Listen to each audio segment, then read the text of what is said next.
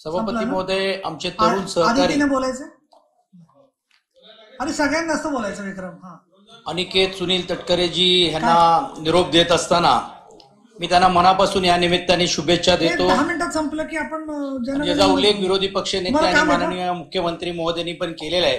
एक अत्यंत हास्य आणि विशेषतः प्रेमळ स्वभावाचा एक तरुण सहकारी म्हणून मी त्यांच्याकडे पाहण्याचं काम करतो. तर तसं तर माझा त्यांचा संबंध हा फार जुना आलाय.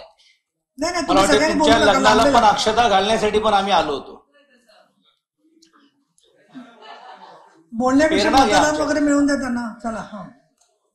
आणि म्हणून त्यातून त्यावेळी असं कोणालाच वाटलं नाही की हा एक आपल्यातला एक तरुण सहकारी त्यावेळी एवढं मोठी झेप घेईल.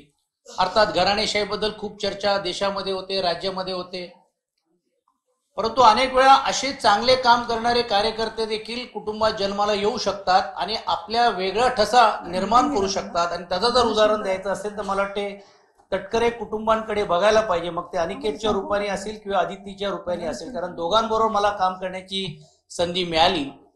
आदिती पण युवतीचे अध्यक्ष असताना त्यांच्यावर काम केलं. म्हणजे कोणीतरी असं आणून त्यांना क्रेनवर ठेवलेलं नाहीये, कष्ट करून ते तिथपर्यंत आलेले, काम करून तिथपर्यंत आणण्याचं काम त्यांनी या निमित्ताने केलेलं आहे.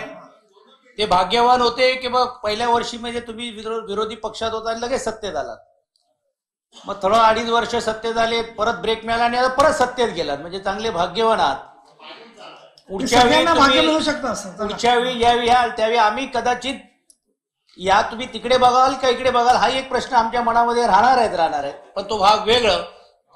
आता त्यांना कोणाचा पाठिंबा मिळतोय त्यावेळी सचिन भाऊ निरोप चाललाय त्यांना, आपल्याला नाहीये. हा बरोबर. आणि म्हणून सभापती महोदय एक अत्यंत चांगलं काम करणारा एक युथ फोरम मध्ये पण देखील त्याची ज्यावेळी सुरुवात काही तरुण आमदारांनी विधानसभा आणि विधान परिषदेने केली तदाही पुढाकार घेण्याचं काम त्यांनी केलेलं आहे. सामाजिक बांधिलकी ठेवून काम करणारा कार्यकर्ता म्हणून पण मी त्यांच्याकडे पाहण्याचं काम केलेलं आहे. अनेक आठवणीची उजाळणी आपण या निमित्ताने करू शकतो, पण मी त्याला यासाठी करायचं नाही कारण परत लगेच तुम्हाला आम्हाला या सभागृहामध्ये बघायचं आहे. मी तुम्हाला मनापासून लाख लाख शुभेच्छा देतो. धन्यवाद.